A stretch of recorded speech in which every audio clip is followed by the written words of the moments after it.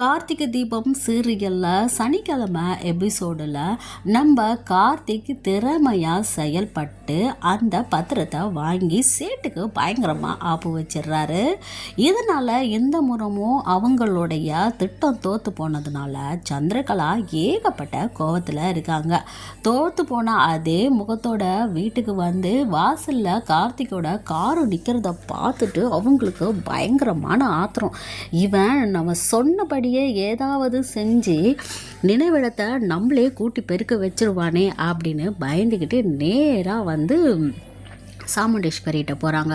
அக்கா, எனக்கு இவன் நான் நினச்சாலே ரொம்ப இது பயமாக இருக்குது. இவன் ஏதாவது ஒரு சித்து வேலை செஞ்சு நிச்சயமாக வந்து அந்த நினைவிடத்தை உன் கையாலே திறக்க வச்சிருவான் அப்படின்னு சொல்கிறாங்க. உடனே சாமுண்டேஸ்வரி அதெல்லாம் எப்படி செய்வான்? அக்கா, இல்லைக்கா, முன்னை விட இப்போ அவன் வந்து என்கிட்ட சவால் விட்டுருக்காங்க்கா.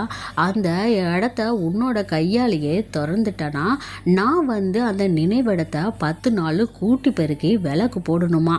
அப்படி அவன் தோற்று போயிட்டானா இந்த வீட்டை விட்டே போடிடுறான் அப்படின்னு சொல்லியிருக்காங்க. ஏற்கனவே அவன் ரொம்ப பண்ணுவான். இப்போ வேற அவன் இந்த மாதிரி செய்கிறதுனால நிச்சயமாக இதுக்கு பின்னாடி ஏதாவது ஒரு விஷயத்தை அவன் கண்டிப்பாக வச்சு இருப்பாங்க. அதனால் எனக்கு ரொம்ப பயமாக இருக்குது. அதனால் நம்ம 2 பேரும் ஏதாவது ஒரு ஊருக்கு போயிட்டு இந்த ஃபங்க்ஷன் எல்லாம் முடிஞ்ச பிறகு வரலாம் அப்படின்னு சொல்கிறாங்க. உடனே சாமுண்டேஸ்வரி, என்னடி நீ பேசுகிற? இவனுக்காக பயந்து நம்ம போயிட்ட மாதிரி இருக்கும். அப்படிலாம் பண்ணக்கூடாது. நிச்சயமாக அவன் கூப்பிட்டானா நான் போகவே மாட்டேன். அதுவும் வேலை நீ சவால் வேற விட்டுருக்கான் அப்படின்னு சொல்கிற. இந்த நேரத்தில் தான் நம்ம போகக்கூடாது. இங்கேயே இருந்து அவனோட சவாலுக்கு நம்ம சரியான பதிலடி கொடுக்கணும் அப்படின்னு சொல்கிறாங்க. உடனே நம்ம சந்திரகலா, ஓகே அக்கா ஒரு தெளிவான முடிவோடு தான் இருக்கா, அதனால நம்ம பயப்பட வேண்டாம் அப்படின்றாங்க. மறுபக்கம் அந்த சிவனாண்டி முத்துவேல் 2 பேரும் இந்த முறையும் நம்ம தோத்துட்டோம், அதனால மூஞ்சில் வந்து அவன் கரியை பூசிட்டான். இதுக்கு மேலேயும் அவனை சும்மா விடக்கூடாது. அந்த சிலை திறப்பு விழாவில் ஒரு பெரிய அசம்பாவிதம் நடக்கணும். அதன் பிறகு எதுக்குடா இப்படி ஒரு விஷயத்த நம்ம செஞ்சோம் அப்படின்னு அந்த கார்த்திகே பயப்படுற அளவுக்கு நம்ம பண்ணணும் அப்படின்னு சொல்கிறாங்க. மறுபக்கம் அந்த நினைவிடத்தில் எல்லாத்தையுமே க்ளீன் பண்ணிக்கிட்டு அப்படியே இருக்காங்க. அப்போ நேரடியாக வந்து ஒரு ஸ்குவாட் வராங்க. அதாவது சென்ட்ரல் மினிஸ்டர் இந்த இடத்துக்கு வர்றதுனால அந்த இடத்துல என்னென்ன பாதுகாப்புகளாக இருக்குது அப்படின்ற பார்க்குறதுக்காக ஸ்குவாட் வந்துட்டு அவங்க எல்லாருமே பார்த்துட்டு இந்த இடம் பாதுகாப்பாக தான் இருக்குது, நாளைக்கு நீங்கள் தாராளமாக ஃபங்க்ஷனை நடத்தலாம் அப்படின்னு சொல்லிட்டு போகிறாங்க. இதுக்கடுத்து நான் நேராக வந்து மயில் வாகனம் அப்புறம் கார்த்திக்கு 2 பேருமே வீட்டுக்கு வராங்க. வீட்டுக்கு வந்தோடனே இந்த சிலை திறப்பு விழாவை பிரம்மாண்டமாக நடத்துகிறாங்க இல்லையா. இதுக்காக எல்லாருக்குமே வந்து புடவை எடுத்து கொடுத்து சந்தோஷமாக எடுத்துட்ருக்காங்க. அப்போ வந்து சாமுண்டீஸ்வரிக்கு வந்து கார்த்திக் வந்து புடவை எடுத்து கொடுக்குறாரு.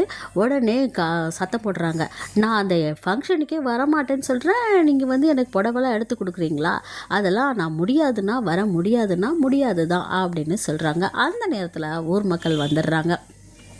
ஊர் மக்கள் வந்து அதில் எப்படிமா நீங்கள் கலந்துக்க முடியாதுன்னு சொல்வீங்க? நீங்கள் இந்த விஷயத்தில் கலந்துக்கிட்டே ஆகணும். ஏன்னா இதில் வந்து சென்ட்ரல் மினிஸ்டர் வராங்க. இது வந்து ஒரு தனிப்பட்ட விஷயமாக இருந்ததுன்னா உங்கள் மருமகனுக்கும் உங்களுக்கும் பிரச்சனை இருக்குதுன்னு நாங்கள் விட்டுருவோம்.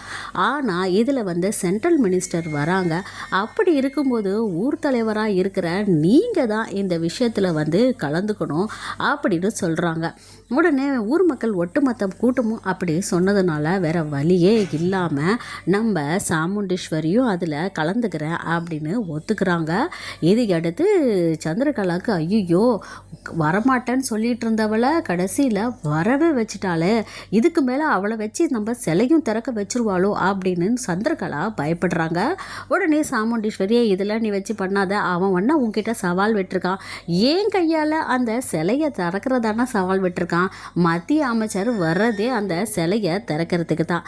அப்படி இருக்கும்போது ஏன் கையால் எப்படி அவன் வந்து சிலை திறக்க முடியும்? அதெல்லாம் ஒன்றும் நீ நடக்காது, நம்ம தான் இந்த சவாலில் ஜெயிப்போம் அப்படின்னு சொல்லிட்டு ஆறுதலாக சொல்கிறாங்க நம்ம சாமுண்டீஸ்வரி. இப்படி தான் இந்த எபிசோடு வந்து போயிருக்கு. அடுத்து என்ன நடக்குது அப்படின்னு பார்க்கலாம். நீங்கள் எங்களோட சேனலை சப்ஸ்கிரைப் பண்ணி ஆதரவு தருவீங்க. நன்றி.